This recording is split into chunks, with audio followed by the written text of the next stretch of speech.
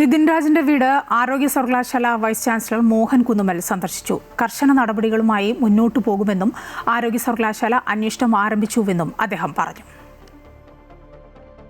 സർവകലാശാലയുടെ വിദ്യാർത്ഥിയാണ് നിതിൻ രാജ്. ആ കുട്ടിയുടെ മരണം യൂണിവേഴ്സിറ്റിയെ സംബന്ധിച്ചിടത്തോളം ഏറ്റവും ദുഃഖകരമാണ്.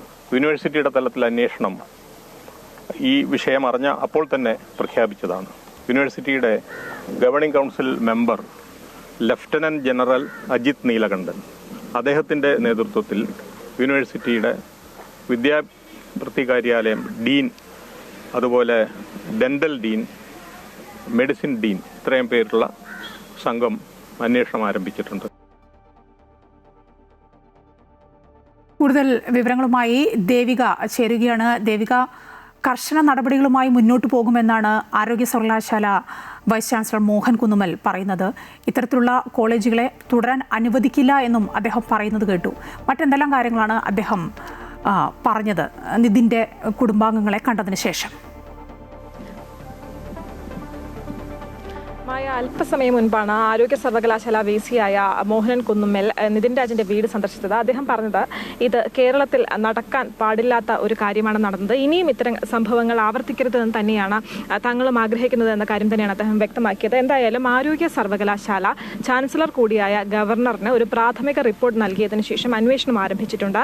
ആരോഗ്യ സർവകലാശാല രൂപീകരിച്ച അന്വേഷണ സംഘത്തെ നയിക്കുന്നത് ലഫ്റ്റനന്റ് ജനറൽ അജിത് നീലകണ്ഠനാണ്. 4 പേരടങ്ങുന്ന ഒരു സമിതിയാണ് ഈ അന്വേഷണം നയിക്കുന്നത്. ആ ടീം ഉടൻ തന്നെ കണ്ണൂരിലെ അഞ്ചരക്കണ്ടിയിലെ ഈ ഡെന്റൽ കോളേജിൽ എത്തുമെന്ന് തന്നെയാണ് നമുക്ക് മനസ്സിലാക്കാൻ സാധിക്കുന്നത്.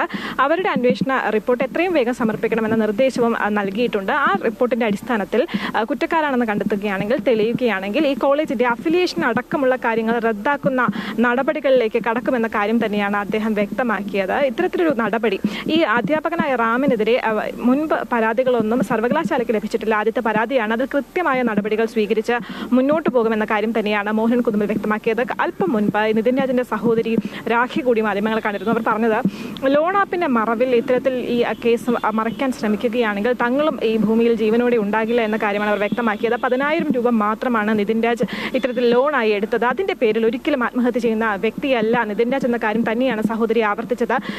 ഈ നിതിൻ രാജിന്റെ ആത്മഹത്യ ഈ മാനസിക പീഡനം കൊണ്ട് തന്നെയാണ് എന്ന ഉറച്ച നിലപാടിൽ തന്നെയാണ് വീട്ടുകാരുള്ളത്. അത്തരത്തിലൊരു സാഹചര്യത്തിൽ വിദ്യാർത്ഥികളടക്കം സഹപാഠികളടക്കം അത്തരത്തിലുള്ള സമാനമായ പരാതികളുമായി മുന്നോട്ട് വന്ന സാഹചര്യത്തിൽ കൂടി ഇത്തരത്തിൽ ലോൺ ആപ്പിനെ കേന്ദ്രീകരിച്ച് അന്വേഷണം മുന്നോട്ട് പോകുന്നതിൽ ആശങ്കയുണ്ട് എന്നറിയിച്ച് കുടുംബം DGPയെ സമീപിച്ചിരുന്നു. അതിനുശേഷം DGPയുടെ കർശന ഇടപെടൽ ഉണ്ടായിട്ടുണ്ട്. ലോൺ ആപ്പിനെ കേന്ദ്രീകരിച്ച് മാത്രം ഈ ഒരു അന്വേഷണം മുന്നോട്ട് പോകരുത്, നിതിൻ രാജ് അനുഭവിച്ചിട്ടുള്ള മാനസിക പീഡനങ്ങളെ പറ്റി കൂടി കൃത്യമായ അന്വേഷണം എന്ന ഒരു നിർദ്ദേശം DGP നൽകിയിട്ടുണ്ട്. ഈ നിതിൻ രാജ് സ്റ്റാഫ് റൂമിൽ നിന്നും ഇറങ്ങി വരുന്ന ദൃശ്യങ്ങളൊക്കെ പുറത്തു വന്നിരുന്നു. അതിൽ ഈ നിതിൻ രാജ് കരയുന്നത് വ്യക്തമാണ്. ഈ സ്റ്റാഫ് റൂമിനുള്ളിൽ എന്ത് സംഭവിച്ചു എന്ന കാര്യത്തിൽ തന്നെയാണ് ഇനി വ്യക്തത വരേണ്ടത്. നിതിൻ രാജ് അത്തരത്തിൽ ചെറിയ പ്രശ്നങ്ങൾക്ക് ആത്മഹത്യ ചെയ്യുന്ന ഒരാളല്ല. കാരണം സിക് റൂമിൽ അടക്കം നിതിൻ രാജിന് ഏകനായി ഒരുപാട് ദിവസം കഴിയേണ്ട സാഹചര്യം ഉണ്ടായിട്ടുണ്ട് എന്നാണ് സഹോദരി വ്യക്തമാക്കിയത്. അതിനെല്ലാം ധീരമായി നേരിട്ട കുട്ടിയാണ്, എന്നും വീട്ടിൽ വിളിക്കുന്ന കുട്ടിയാണ്. പിന്നീട് എന്താണ് ഈ സ്റ്റാഫ് റൂമിനുള്ളിൽ സംഭവിച്ചത് എന്ന കാര്യത്തിൽ വ്യക്തത വരണമെന്ന് തന്നെയാണ് അവർ പറയുന്നത്. മായ. ശരി, ദേവികയാണ് വിവരങ്ങൾ നൽകിക്കൊണ്ടിരുന്നത്.